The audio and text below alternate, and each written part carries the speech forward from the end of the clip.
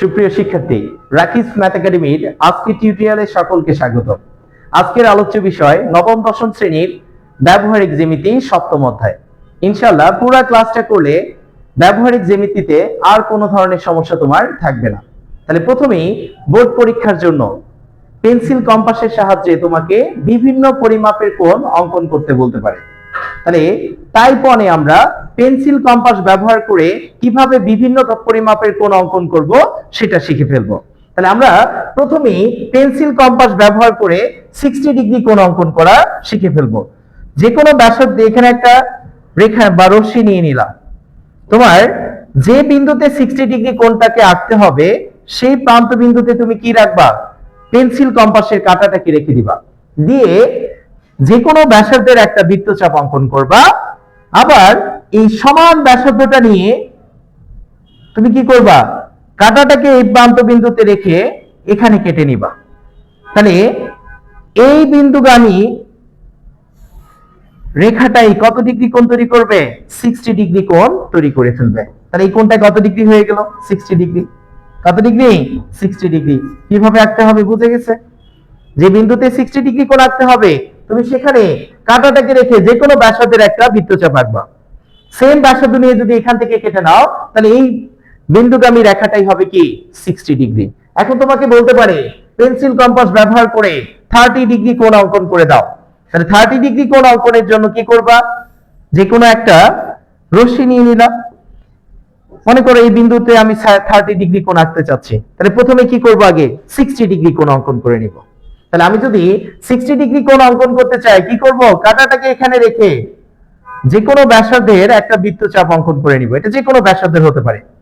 Same ব্যাসার্ধ নিয়ে যদি আমি এখান থেকে এটা কেটে নেই তাহলে এই কোণটা কত ডিগ্রি? এই চাপটা কেন্দ্রে 60 ডিগ্রি কোণ অঙ্কন করবে। তাহলে 60 এর অর্ধেক কত? 30 ডিগ্রি না? তাহলে আমি কি করব? এই চাপটাকে জাস্ট দ্বিখণ্ডিত করব। দ্বিখণ্ডিত করলেই আমার কি তৈরি হয়ে যাবে?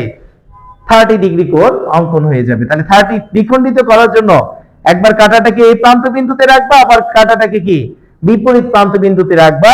রেখে এই বৃত্তচাপটার অর্ধেকের থেকে বেশি একটু ব্যাসার্ধ নিয়ে এই পাশে একটা বৃত্তচাপ আঁকবা।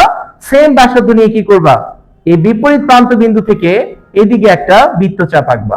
চাপ দিয়ে যে বিন্দুতে ছেদ করবে এই বিন্দু আর এই বিন্দুটাকে যোগ করলেই এটা কত ডিগ্রি কোণ তৈরি হবে?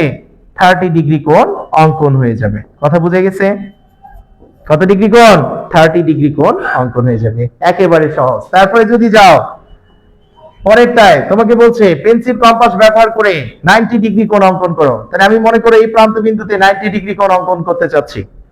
তাহলে প্রথমেই যে কোনো ব্যাসার্ধের একটা বৃত্তচাপ নিব। সেম ব্যাসার্ধ নিয়ে যদি আমি এখান থেকে এটা কেটে নেই তাহলে কত ডিগ্রি হবে? এটা এই চাপটা হবে কেন্দ্রে 60 ডিগ্রি কোণ তৈরি করবে।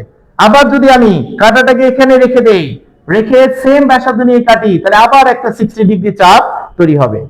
তাহলে আমার এটা হচ্ছে 60 ডিগ্রি, এই পাশের এটাও কত? 60 ডিগ্রি। আমার 90 ডিগ্রি অঙ্কনের জন্য কি লাগবে? 60 এর সাথে আরো 30 ডিগ্রির একটা চাপের দৈর্ঘ্য লাগবে। তাহলে এই 30 ডিগ্রি কোণ অঙ্কনের জন্য একবার কি করবা? এই কোণটুকুকে বা এই চাপটুকুকে দ্বিখণ্ডিত করবা। আর দ্বিখণ্ডিত করার জন্য কি করবা? অর্ধেকের থেকে বেশি ব্যাসার্ধ নিয়ে এই পাশে একটা বৃত্তচাপ আঁকবা। সেম ব্যাসার্ধ নিয়ে কি করবা? এখান থেকে এইদিকে একটা বৃত্তচাপ এঁকে দিবা। সেম ব্যাসার্ধ নিয়ে এদিক থেকে এদিকে একটা বৃত্তচাপ এঁকে নিবা। তাহলে চাপ দিয়ে যে বিন্দুতে ছেদ করবে সেটাকে এই চাপটাকে দ্বিখণ্ডিত করলো। তাহলে এদিকে হলো কত? 60 আর এখানে দ্বিখণ্ডিত হয়েছে মানে কত? 30 ডিগ্রি। তাহলে এখন যদি আমি 60 আর 30 এটাকে যোগ করি কত ডিগ্রি কোণ তৈরি হয়ে যাবে? 90 ডিগ্রি কোণ তৈরি হয়ে যাবে না? কত ডিগ্রি? 90 ডিগ্রি কোণ তৈরি হয়ে যাবে। কথা বুঝে গেছে? 90 ডিগ্রি কোণ তৈরি হয়ে গেল। কথা ক্লিয়ার? তাহলে এখন যদি তোমাকে 45 ডিগ্রি কোণ অঙ্কন করতে বলে, করা যাবে না অঙ্কন? 45 ডিগ্রি কোণ অঙ্কনের জন্য কি করবা? এই যে এই দুইটা বিন্দুকে আগে 90 ডিগ্রি কোণ অঙ্কন করে নিবা। তারপরে কি কাঁটাটাকে একবার এখানে রাখবা, এই কোণটাকে জাস্ট দ্বিখণ্ডিত করে দিবা। 90 ডিগ্রির এখানে কাঁটাটাকে রেখে অর্ধেকের থেকে বেশি ব্যাসার্ধ নিয়ে একটা বৃত্তচাপ এদিকে আঁকবা। সেম ব্যাসার্ধ নিয়ে কি করবা? বিপরীত প্রান্ত বিন্দু থেকে এদিকে একটা বৃত্তচাপ এঁকে নিবা। তাহলে চাপ দিয়ে যে বিন্দুতে ছেদ করবে সেটাই কি 90 ডিগ্রি কোণকে সমদ্বিখণ্ডিত করবে। তাহলে সমদ্বিখণ্ডিত করা মানে কি এই বিন্দু আর এই বিন্দুগামী রেখাটাই হবে 45 ডিগ্রি কোণ। কত ডিগ্রি কোণ? 45। এই কোণটা কত ডিগ্রি হলো? 45 ডিগ্রি। কথা ক্লিয়ার? তাহলে এখন যদি তোমাকে 75 ডিগ্রি কোণ অঙ্কন করতে বলি পেন্সিল কম্পাসের সাহায্যে, পারবা? তাহলে যে কোনো একটা রেখাংশ নিলাম, নিয়ে 90 ডিগ্রি আগে অঙ্কন করবা। তাহলে 90 ডিগ্রি অঙ্কনের জন্য কি যে কোনো বৃত্তচাপ সেম ব্যাসার্ধ নিয়ে কি করব আমরা? এখান থেকে এদিকে একটা বৃত্তচাপ আঁকবো, আবার এখান থেকে কি এদিকে একটা বৃত্তচাপ আঁকবো। তাহলে এটা হলো 60, এটাও কত? 60 ডিগ্রি চাপ।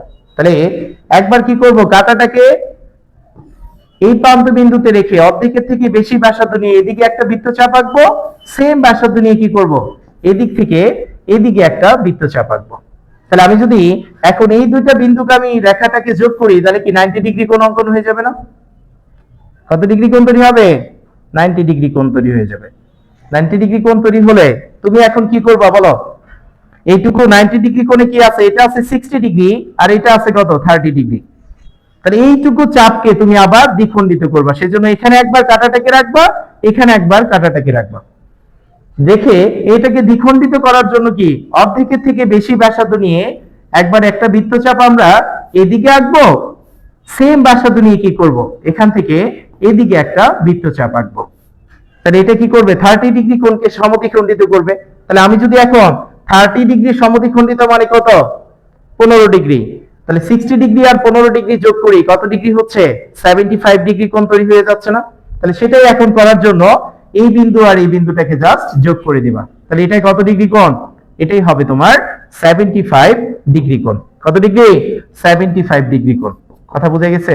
তাহলে এইভাবে যে কোনো কোণ যদি দিয়ে দেয়, কোণ অঙ্কন করতে পারবা।